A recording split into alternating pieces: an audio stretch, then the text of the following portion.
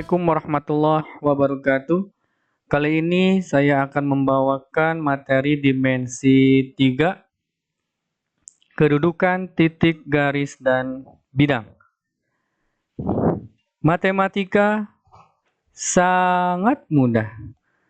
Jangan lupa subscribe channel ini untuk mendapatkan video-video yang terbaru dan bermanfaat. Kita awali dengan Bismillahirrahmanirrahim. Titik, garis, dan bidang dinamakan sebagai unsur-unsur ruang. Titik. Titik hanya dapat ditentukan oleh letaknya, tetapi tidak mempunyai ukuran. Dikatakan tidak berdimensi. Digambarkan dengan noktah dan ditulis dengan huruf besar. Misalkan di sini ada titik A, titik B, titik P, dan titik Q. Kemudian garis. Garis di sini adalah garis lurus, merupakan himpunan kumpulan titik-titik.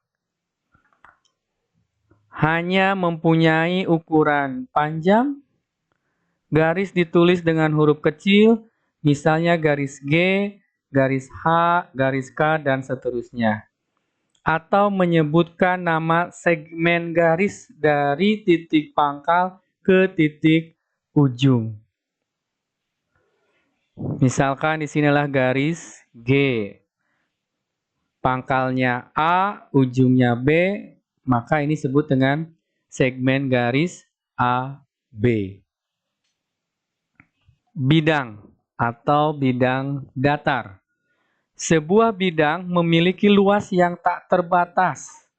Dalam geometri, sebuah bidang cukup digambarkan wakilnya saja, yaitu suatu daerah terbatas yang terletak pada bidang. Bidang mempunyai ukuran panjang dan lebar. Nama dari wakil bidang dituliskan di daerah pojok bidang dengan memakai huruf alfa, beta, gamma, atau dengan menyebutkan titik-titik sudut dari wakil bidang itu. Sebagai contoh, bidang alfa,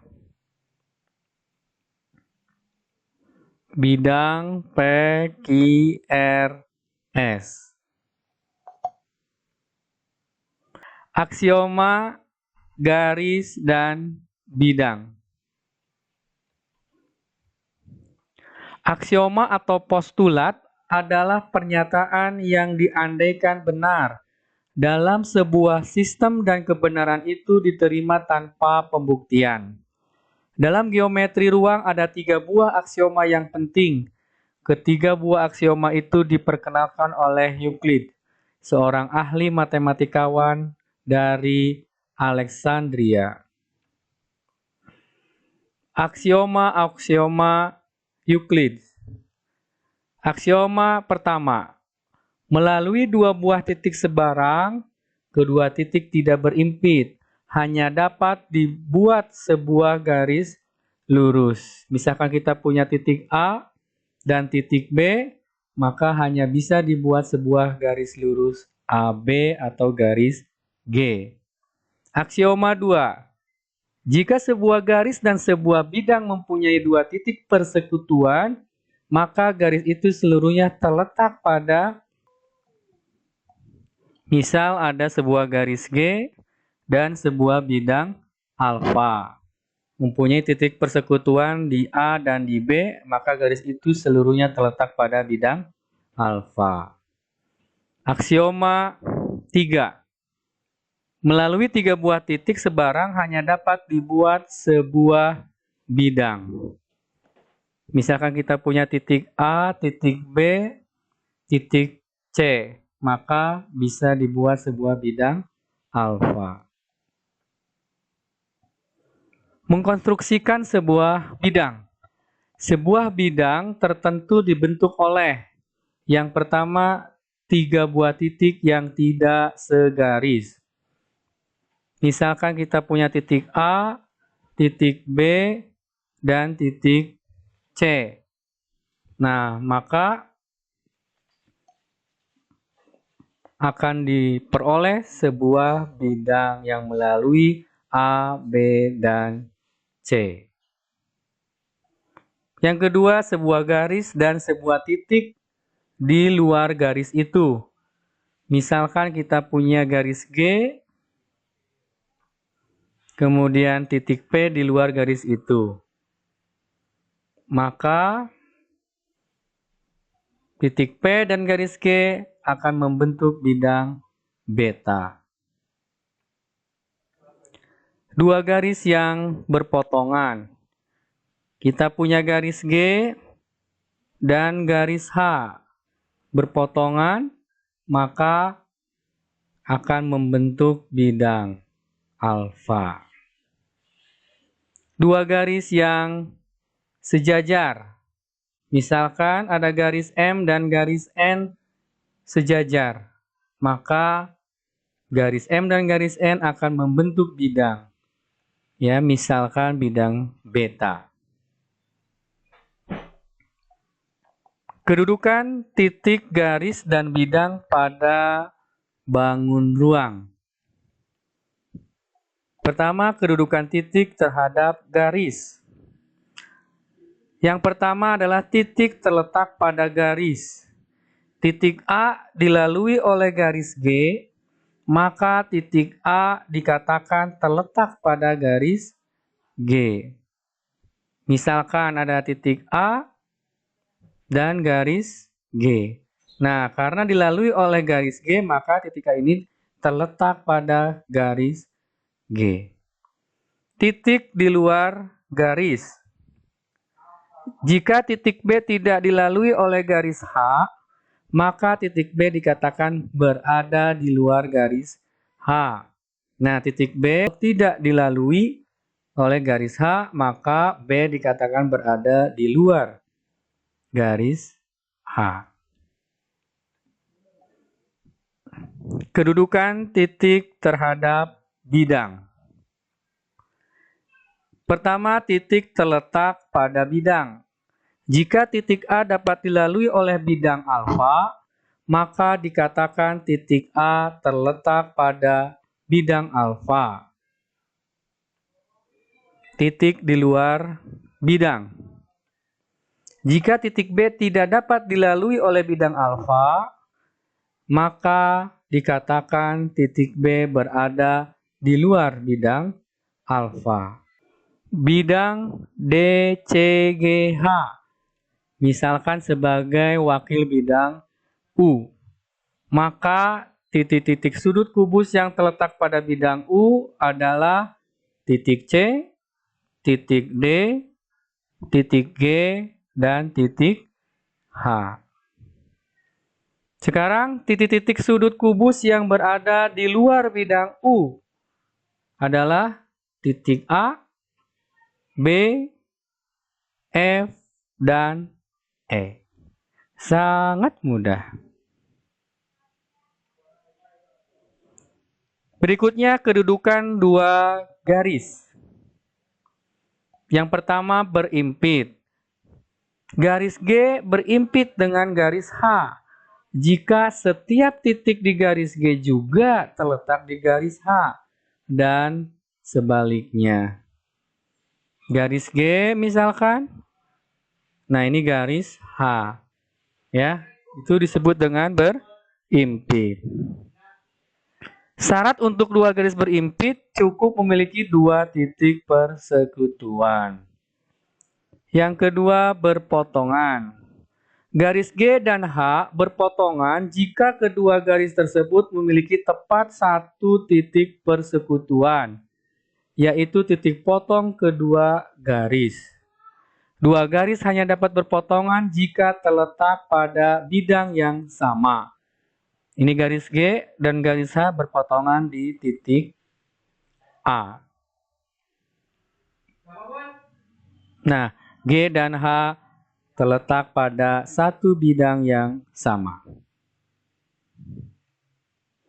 Yang ketiga, sejajar. Garis G dan H sejajar. Ini notasi sejajar ya. Jika kedua garis tak mempunyai titik persekutuan. Misalkan ada jajar genjang A, B, C, dan D. Nah, maka AB sejajar dengan DC. AD sejajar dengan BC. Oke. Yang keempat, bersilangan. Garis G dan H dikatakan bersilangan jika garis G dan H tidak memiliki titik persekutuan, tidak sejajar, dan terletak di dua bidang yang berbeda. Misalkan kita punya bangun ruang A, B, C, D, E, F, G, H. Nah, garis AE, ini garis AE, bersilangan dengan garis BC. Perhatikan di sini BC ya, beda bidang dan tidak ada titik potongnya. Juga tidak sejajar. FG, BG, FC, AE bersilangan dengan DC, AE juga bersilangan dengan DF. AE bersilangan dengan DG. AE bersilangan dengan HG. AE bersilangan dengan DB. AE bersilangan dengan HB dan AE bersilangan dengan FH. Sangat mudah. Contoh kedudukan garis terhadap garis. Nah, diketahui garis G. Maka garis G ini akan berpotongan dengan betul AD, BC, AE, dan BF. Sekarang yang sejajar dengan garis G, apa saja? Ya, betul, DC, EF, dan HG. Terus, yang bersilangan dengan garis G. Contohnya adalah CG, DH, EH, dan FG. Garis G akan berimpit dengan garis AB.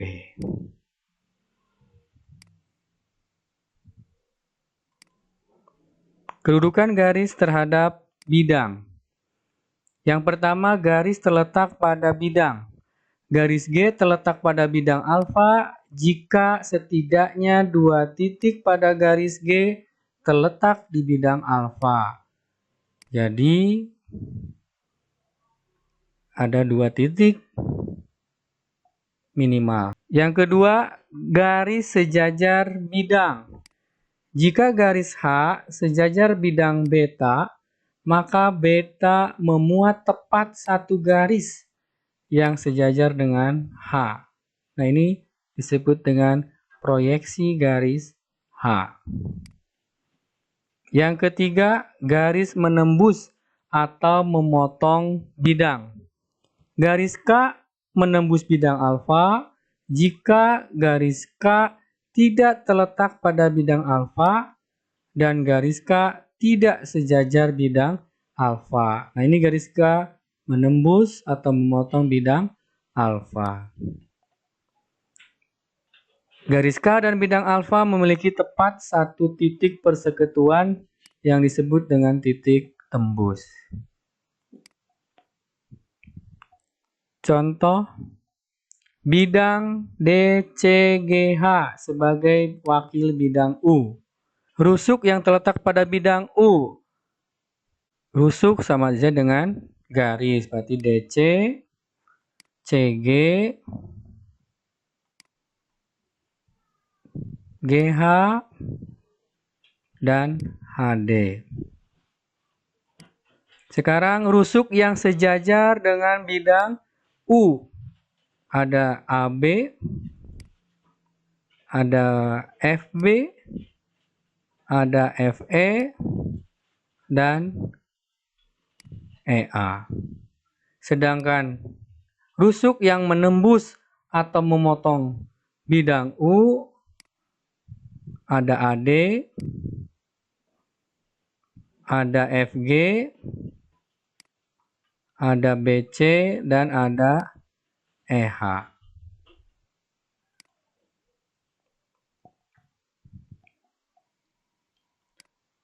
Contoh kedudukan garis terhadap bidang. Garis yang terletak di bidang ABCD adalah AB, BC, AD, dan CD. Kemudian garis yang memotong bidang ABCD ada AE, ada FB, ada CG, dan ada DH. Garis yang sejajar dengan bidang ABCD ada EF, ada GH, ada EH, dan ada FG. Sangat mudah. Kedudukan dua bidang. Yang pertama berimpit. Bidang alfa dan bidang beta dikatakan berimpit jika setiap titik yang terletak pada bidang alfa juga terletak pada bidang beta. Atau setiap titik yang terletak pada bidang beta juga terletak pada bidang alfa. Daerah ABCD ini adalah daerah persekutuan, sehingga alfa dan beta berimpit. Yang kedua, kedudukan dua bidang adalah sejajar. Bidang alfa dan bidang beta dikatakan sejajar jika kedua bidang itu tidak mempunyai satu pun titik persekutuan.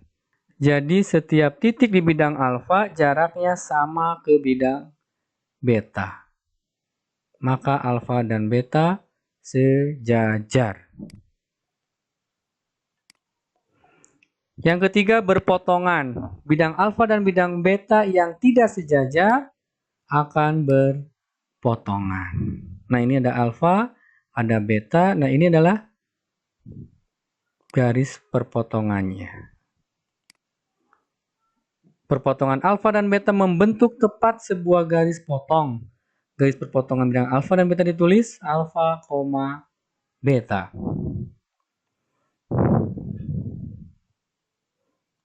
Sebagai contoh, bidang DCGH sebagai wakil bidang U. Maka bidang sisi kubus yang berimpit dengan bidang U adalah ya sama DCGH juga. Sekarang bidang sisi kubus yang sejajar bidang U. Betul, AB, FE.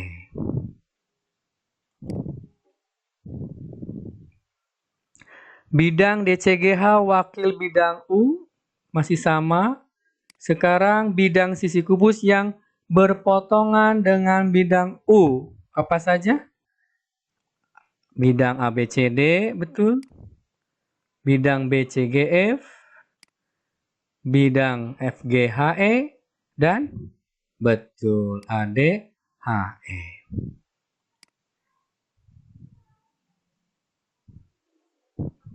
Oke, ini silahkan dikerjakan soal-soal latihannya. Yang pertama adalah tentang kubus.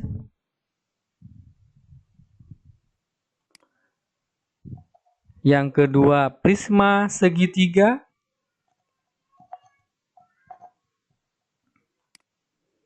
Yang ketiga, limas segi 5. Selamat mencoba. Terima kasih. Itu saja yang bisa kami sampaikan. Mudah-mudahan ada manfaatnya. Jangan lupa subscribe, like, and share. Kita tutup. Alhamdulillahirabbil alamin. Terima kasih. Assalamualaikum warahmatullahi wabarakatuh.